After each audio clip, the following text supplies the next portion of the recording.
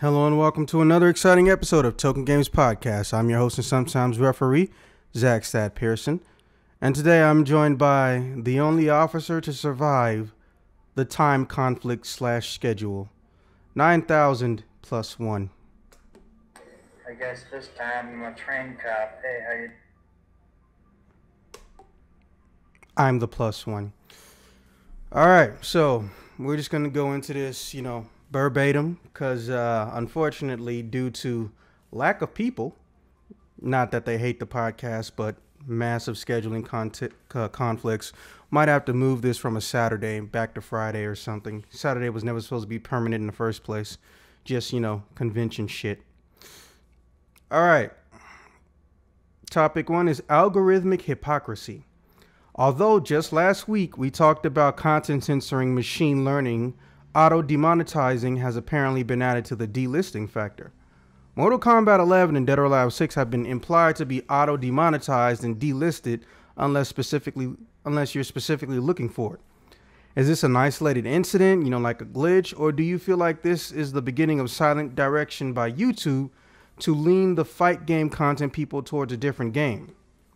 Or something else I possibly haven't fathomed or thought of? Now, topic 2 is data caps, or rather data caps' effects on gaming. They vary. Data caps' effects on gaming are very direct. Slowed speeds or overage fees. But who should consider making devices or phone programs that can help gamers in the metered countries, like America, monitor their usage in game? Should it be a developer thing? Third-party accessory companies, or the internet service providers themselves, especially when they, specifically gear plans towards gamers.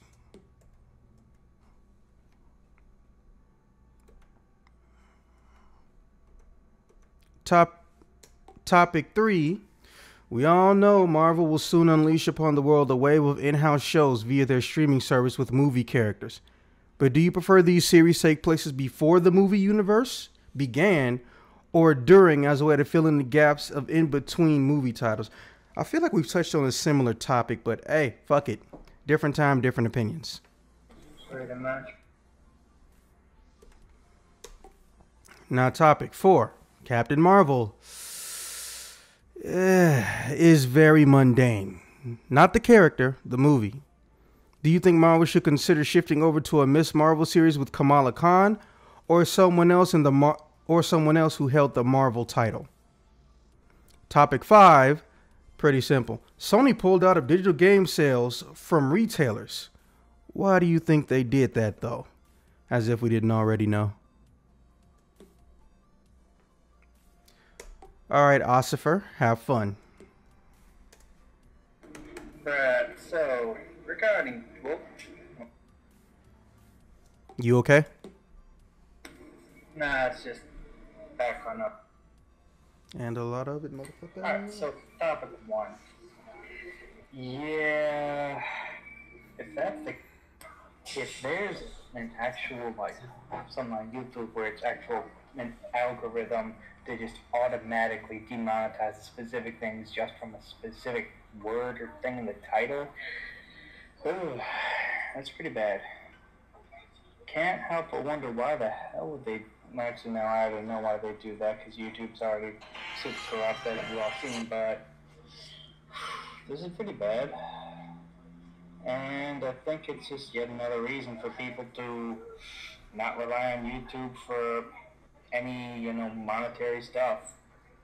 Because, well, unless you're super huge like that certain Swedish guy, yeah, I don't think you're going to be able to make it.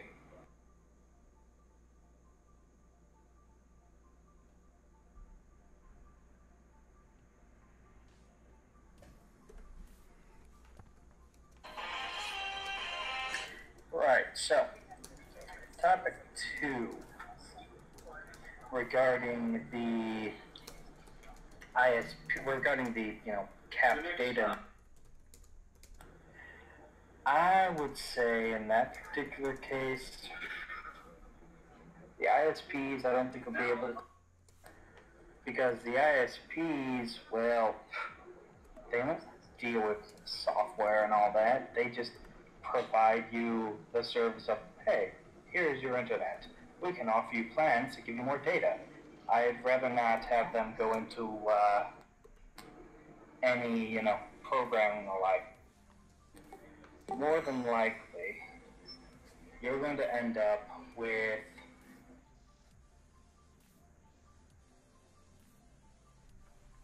likely, you're going to end up, sorry, I was trying to sit in the brakes.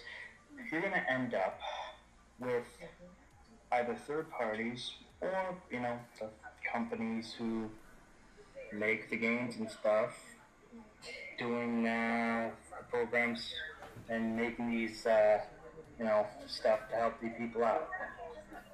Chances are that's probably just going to be left to third parties, because I don't think the big companies are going to do much in that until they see monetary opportunity, if you know what I mean. There's monetary opportunity for everybody because it's an untapped market, with the exception of a handful of devices that most people don't even know about. The only one I can think of, I'm going to mention at a later time, but it's literally the only one I can think of. Well, then, yeah, I guess my response to that is it'll be the, the third-party companies and, companies make games. So, topic 3. My response to this is, why not both? Some heroes, some of the, Marvel characters, we could see before the movies, like maybe,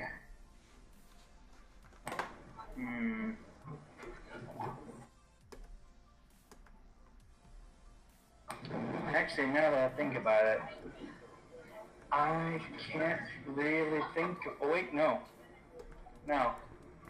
What if we saw a young Hank Pym? Oh, WW2 Hank Pym. Actually, I kind of want to see that too. Yeah, exactly. That would be really cool to see. And, that'd be, of course, before the movies. And maybe they'd have crossover potential with Captain America, but that'd be up to... And, of course, between movies, yeah, we'd all love to see some of the stuff that was going on in between. That last part cut off. Say that again. Sorry. We'd all like to see kind of what was going on between each of the movies. And they could easily just do TV shows. I mean, you say that, but I don't think I really want to know what happened in between the movies so much as, I want to see them, that day-to-day life type origin shit. But oops, I gave away my answer. Yeah. Alright, so now topic 4. Well, I can't say I'm really all that familiar with Miss Marvel or even Captain Marvel, to be honest. Okay, well, I'll heavily shorten it for you. Okay. Long story short, Miss Marvel is Carol Danvers originally. But at some point in time, she chose to take on the moniker of Captain America due to, or basically around the time of the Skrull War, if that's what you want to call it. So she became Captain Marvel, which meant there was no Miss Marvel. But you know how these things go with rights and names and trademarks and shit. So Marvel had to make sure there was always somebody holding the name of Miss Marvel. So they made a new character by the name of Kamala Khan, I believe, Indian girl, or possibly Persian. I want to say Indian, though. And she was always a fan of Miss Marvel. Even when she became Captain Marvel, she was a fan of Miss Marvel. So she, after being hit by the Terrigen Mist, or the stuff that makes the Inhumans be superhuman, gained the ability to stretch her body shape Basically, she's Mr. Fantastic. However, she has better control than he does. She can make herself microscopic damn near. She can shrink down as well. And I believe there's a very, very small element of shape-shifting. She doesn't have full control of it, but, you know, she's one of those I'm a baby, brand new hero types. So, anyways, yeah, that's how it is right now. Captain Marvel was Miss Marvel, and there is a new Miss Marvel. Also, there have been other people who have had the title of Captain Marvel who were not Carol Danvers in general, some male, some female. Marvel treats the title of Marvel, no confusion intended, I guess, as if it's a title instead of a character. So that's why there have been, I believe, about 4 or 5 different people to hold the name of Captain Marvel. And also, they skipped over Miss Marvel completely. So they started Carol Danvers off in the movies as Miss Marvel. So, yeah, there's your context. Okay. Well, yeah, maybe they have a little bit better luck with one of the other incarnations of characters with the Marvel title. And the specific example you listed, that would actually be really cool to see now that I think about it.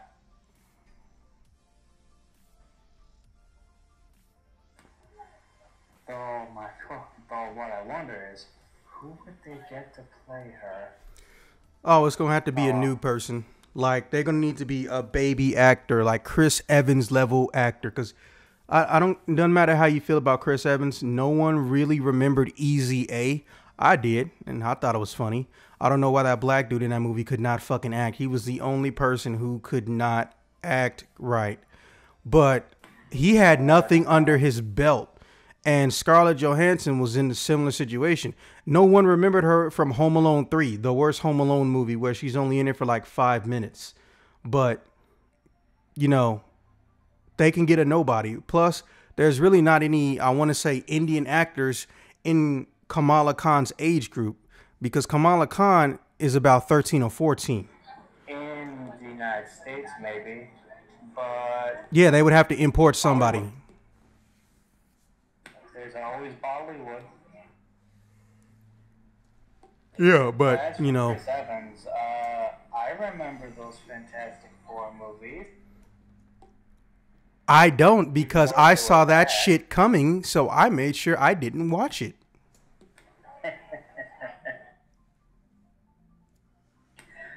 Alright, but yeah, the specific example you listed, yeah, that could be really cool to see.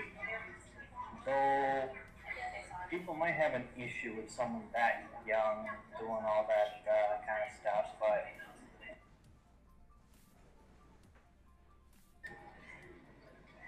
it could be cool, but there could be. Now, as for topic 5, yeah, as you implied, we already know the answer. They want to get more money out of it. Sony, you know, they're just gonna remove from all these other distributors, so they don't have to give those distributors a cut. They can take more for themselves. I mean, unlike, say, some of these other smaller game developers, or, well, maybe. Actually, now that I think about it, Sony's they're on the production side of things, not the publishing side of things. Not They're on both sides. Oh, really? Oh, yeah, duh. They brought in Kojima to make that Death. Still wondering what kind of a game that's going to be, but it certainly looks weird and interesting and very Kojima.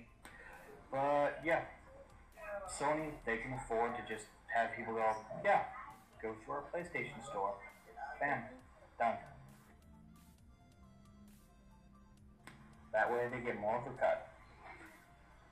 Pretty sure that's the reason.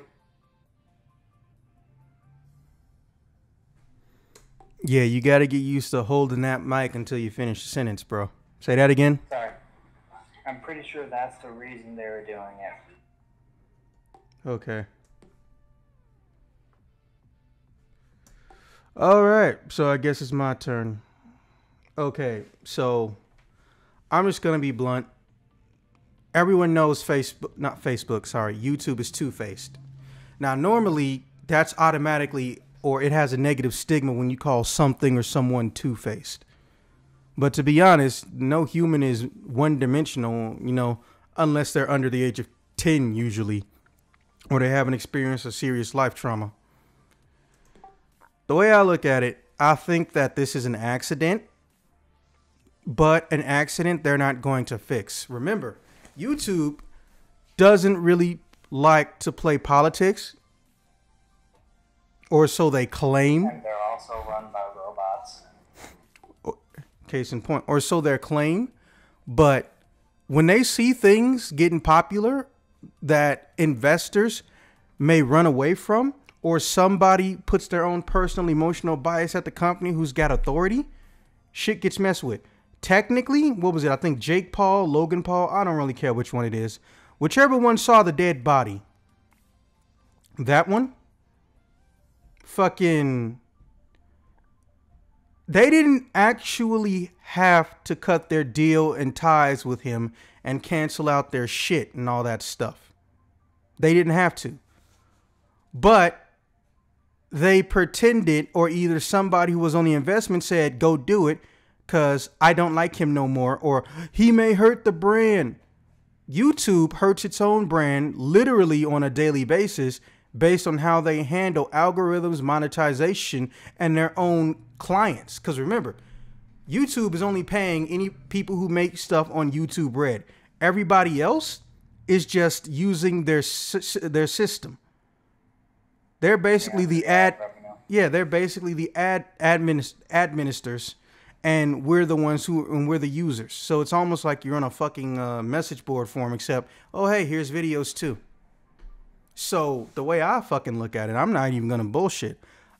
It's undecided for me because literally there are so many variables to this. An investor could have told them to do this, or their algorithm could have automatically hard coded it to be, a no-fly zone with stuff like Mortal Kombat and DOA. DOA in particular, they just can't stay out of trouble because they keep acting like they want to be taken seriously, but then they do everything that would stop them. Don't get me wrong. I think I've mentioned this before, but I've been playing Dead or Alive since before that booby shit was even a concern. I've been playing Dead or Alive since 1998. It is now 2019. So best believe me when I tell you, I've been playing Dead or Alive for a long time. Long enough for someone to be old enough to drink. Which I am. But the thing is that no one really gave a shit about the tit factor until the third game came around. But that only happened because of marketing. It's a tale as old as time. But it's a bit shaky when it comes to Japan. I'm going to give you a prime example. Is the creator of Tomb Raider, even though he was asked to help out in future games and shit, but the creator of Tomb Raider, the initial series, and also the one who made Laura, that guy, he didn't work on the second and the third game. But do you know why? No. Because marketing and advertisement wanted Laura Croft to be smutified, which there was no point to. Laura Croft is a character that has big tits, but as we all know, that's not why motherfuckers were buying the game. It was an adventure platformer in 3D. Those were unheard of.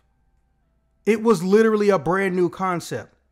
Not to mention, people don't know how to do 3D back in the day. So the fact that they decided to give her model big tits automatically meant that she was going to stand out in the gaming community because her tits are actually visible. Normally what you get, and this is me heavily, neutering the concept. When you made a character with tits in PlayStation 1 era, you basically just made a triangle on top of a flat rectangular surface, and you moved it towards where their head and neck would be. And then you put in a piece of artwork on that polygon or triangle, that three-dimensional triangle, that'll make people think, okay, here's cleavage or here's a pair of tits. Because the technology wasn't there. It was the same with Tifa from Final Fantasy VII. Tifa's, if you actually look at her boobs are just one triangle. you know? And then it becomes, okay, if I do it this way, does it look too small? Or if I do it this way, does it look too big? That wasn't just a choice. Sometimes it was just a matter of technology. But Dead or Alive is different. The dude who made it is basically a fucking pervert. His name escapes me, and I used to know it because he used to piss me off with stupid shit he would say about other people that made fighting games, directly insulting them. You know, it's one thing to criticize and critique, but it was blatant. Yeah, it was blatant insults. And the thing is that his games never really outsold theirs. So he was always, it just looked fucking pathetic. Damn, what was his name? Tomonobu Itagaki. Yes. Tomonobu Itagaki, whole reasoning for originally making this fighting series was because he wanted a faster fighter than Virtua Fighter. And he wanted it to involve sexy women. Now, on paper, that's not really something that could be considered negative. But see, here's what you have to remember. How far do you take it? That's why, say what you will about the new Tomb Raider, but the old Tomb Raiders weren't even all that sexualized. Because remember, Laura's going through 3 or 4 different eras. I've played about 5 Tomb Raider games. I played 2 of the new ones. I'm not touching the 3rd one because, well, everything my friend said about it was true, and I watched them play in front of me. Not all of it, but I was like, this shit is fucking just, it's not even fun anymore. But I played the first one from 2013, and I played the second one from 2016 or 15. But the thing is that I also played the old ones, and one of the ones I had, it was on my PlayStation 3. It was like the second one or the first one they put on the PlayStation 3. I can't remember the name of it. Oh, yeah, I think it was Dark Side Chronicles. Whichever one where she had an evil clone of herself that she had to fight. And, yeah, she totally, you know, she still had big tits, but it barely ever came up. She's just a woman who has big tits. But that wasn't like her entire character. But Dead or Alive's problem is that they've got so much bad publicity in such a short amount of time. Number one, they made their game without even having a fucking functional online lobby, even though they've had functional online lobbies in every game that they've made since Dead or Alive 3's remake, I believe, which came out in like 2000, I want to say 2003.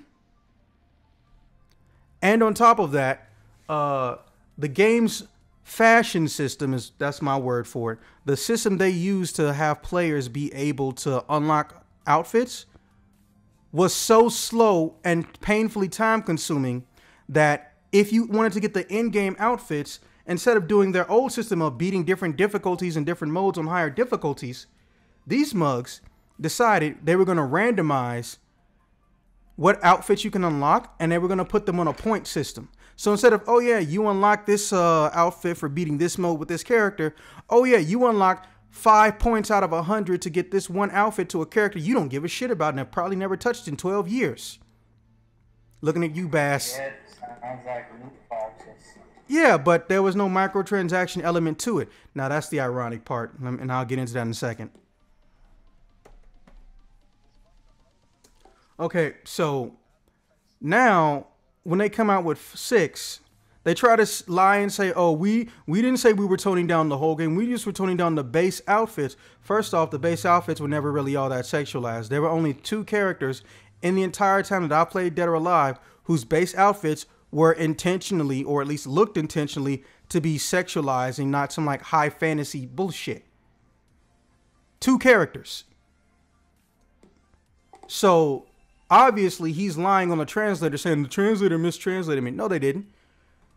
You fucked up because you thought that was going to be fan backlash, but now you got to worry about corporate backlash. Dead or Alive exists in a small little corner in a fighting game community, not because I don't like it that much. I've been playing it for over a decade. I obviously like it, but because they don't want to understand and pretend like they want to play by the rules.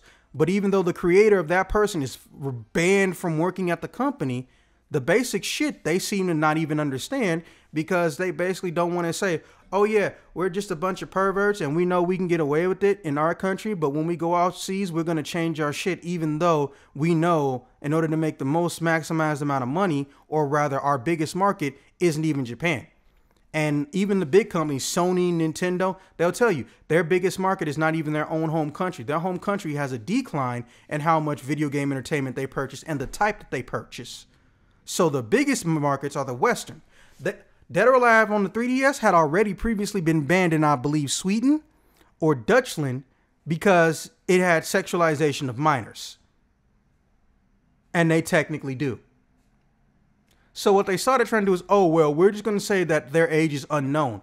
But that doesn't mean shit when their age was known in 3 or 4 other games before you started doing that. And all the male characters and the adult females, or the ones that everyone knows an adult, their ages are still visible. So you know if time did or did not pass. But recently, and I think we talked about this maybe last month or 2 months ago, the Japanese Evo, one of the bigger fighting tournaments in Japan, they had an entire demonstration section for Dead or Alive 6 to, try to give it some good publicity, and they pissed it all away. They had girls dressed up in ripped up clothing specifically to imply sexuality. Like you could see a piece of a motherfucker's bra. They were wearing shorts that were barely tantamount to thongs, and they purposely were taking photos on the main broadcast screen where everyone could see it on Twitch and on television that were implied sexual pose photos. Like, a character does a body slam, make the person in body slam a woman, change the angle. Now it looks like they fucking. Like they were actually doing that. So they got a hard ban from Evo Japan. And, on top of that, there's the whole outfit debacle, which they fixed with the patch, but also the whole lobby issue. So DOA can't catch a break, but the reason they can't catch a break is because they don't want to conform. They want to get away with shit. And their excuse is, well, we have to give our fans what they expected. Bitch, I'm your fan. I expect a good fucking fighting game and a billion different outfits for me to unlock or purchase. They don't have to be smutty. Yeah, they don't have to be smutty. But but the thing is like, first off, I don't care about smut. I don't want to sound like some old man prude. Fuck motherfucker. I watch porn. I'm not above that shit. I think strip clubs are overrated. But that being said, I purposely don't go to them. I feel I have issues with strip clubs, not with the women in the strip club, but strip clubs as an actual business. I have issues with them. So I never really give them my money. Doesn't mean I hate strippers or smut. Again, I watch porn. So what it is for me is just that you want to keep growing your brand. You want to get more people. You need to do like these big movie companies do. They're scared to release an R-rated movie, not because they think R-rated movies suck, but because they don't know if people will go to an R-rated movie, even if it's a popular character, which means they could lose a metric fuck ton of millions of dollars, even if it's a good movie, if no one sees it, because it's rated R. So imagine my surprise when they claim that they want to cater to the fans, they want to increase their mainstream popularity. I'm like, you rose and you fell. You got popular with Dead or Alive 5 and you became the second or the most successful fighting game in the history of fighting games due to all that bullshit DLC outfits and people buying them, which is fucking disturbing to think about. And also you had a free-to-play version. That's really what made them pick the fuck up. They had a free-to-play PC version where every single thing, with the exception of arcade mode and training mode, you had to pay for. So it's free on paper. But if you want to play more than, 4 characters, you're going to pay for that full game. But it'll cost more than buying the game digitally. And on top of that, every single outfit you got to pay for. Every single one. Not to mention extra outfits they do as add-ons. So at the end of the day, they're not the best-selling or second best-selling fighting game franchise of all time because of their game sales. It's because of their fucking bullshit DLC. And you took all that money, promotion, advertisement. You re-released the game 3 or 4 times. You had a bunch of guest star characters from Virtual Fighter, the first 3D fighting game. And you could have made DOA 6 something that was insane.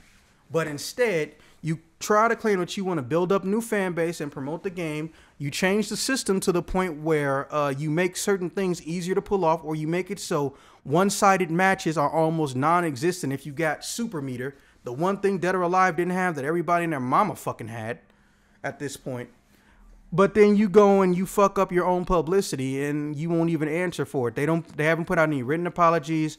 They haven't warned people about, hey, watch out and how you handle your material on YouTube or, you know, social media, because everybody's going to demonetize, or they're going to try to push you to the side, delist you, and keep you out of the recommended feed, you know, shit like that.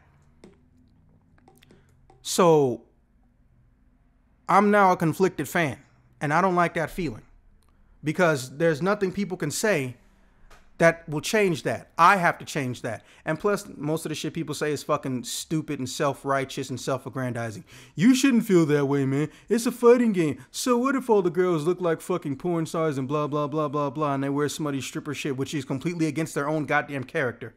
It's a fighting game, man. You just play it for the fights. It's like, first off, that's why I was playing the game. But the problem is they're trying to make something else more important than what's already there. Not to mention, they're about to run into Mortal Kombat 11.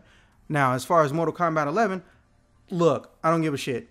I'm sorry. I'm not capable of caring. Okay? Mortal Kombat is the reason we have the Entertainment Rating Standards Board. Literally, they're the reason we have it. So, they already know at this point in time, no matter how nice their trailers are, shit was always going to get demonetized, or it was going to get set as 18 plus, which means that it's not going to show up in recommended feeds and, you know, shit like that unless you're looking for it, or however YouTube's or however YouTube's bullshit algorithm works. They've been advertising their games on YouTube directly and through fan media pretty much since the second year or the first year of YouTube's existence. So believe me when I tell you, I don't feel bad for them. I'm not saying Mortal Kombat is a piece of shit. I'm just saying we all know the game. Literally, no pun intended. So they shouldn't be surprised, and I don't think they even care, because they know that they can always make a trailer that doesn't have that shit. Yeah, pretty much.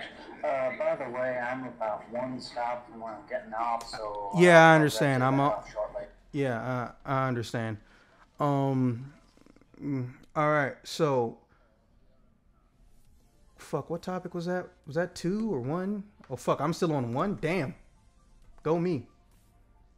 As far as the data caps thing go, I think it should be a joint effort between the third parties and the developers, because the ISP, they work with a lot of people and affiliates, but if they went game by game by game by game, they might have to develop a whole nother department, get a whole nother bunch of staff, and, you know, it might not even be worth it for them in the end to release a secondary device like that.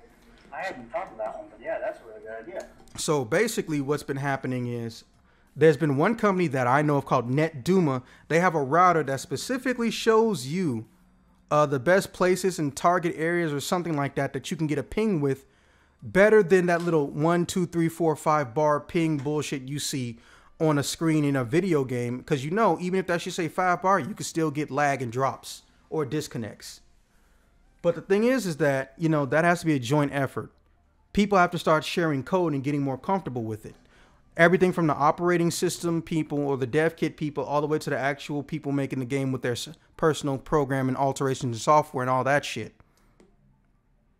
So the way I look at it, fucking, it has to happen through the developers and like maybe a third party accessory company. Because every game company is not going to have enough money to say, okay, here's this one specific device that comes out and only works with this game to track how internet usage is being handled specifically from this video game.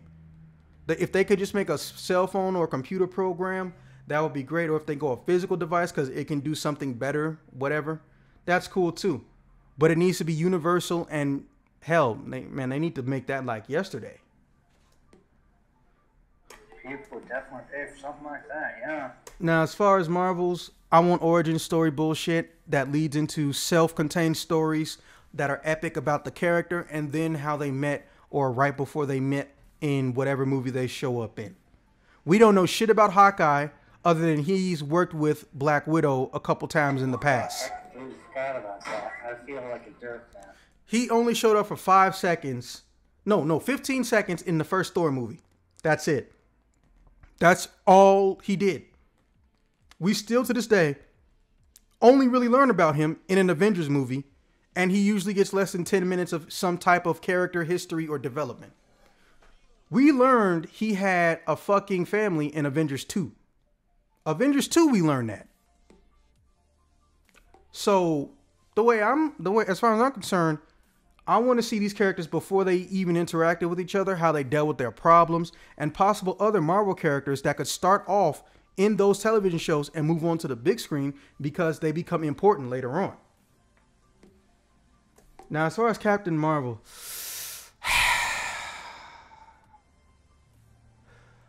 look, Carol Danvers does not suck. Alison Brie's portrayal is not terrible. The biggest issue is that, you know, there was barely any emotion coming through her unless it was her going through her past, but it made sense. She was being warped and manipulated and controlled. But the thing is that fucking they need to make the next movie faster and make it actually more action-based, but also set up the other possible Marvels. Her best friend from Air Force was in like more than half the movie, or just about half the movie. She actually becomes Miss Marvel at one point too. She gets a power set that rivals, if not surpasses, Captain Marvel's. And then there's Miss Marvel. And not to mention we got Rogue coming in soon.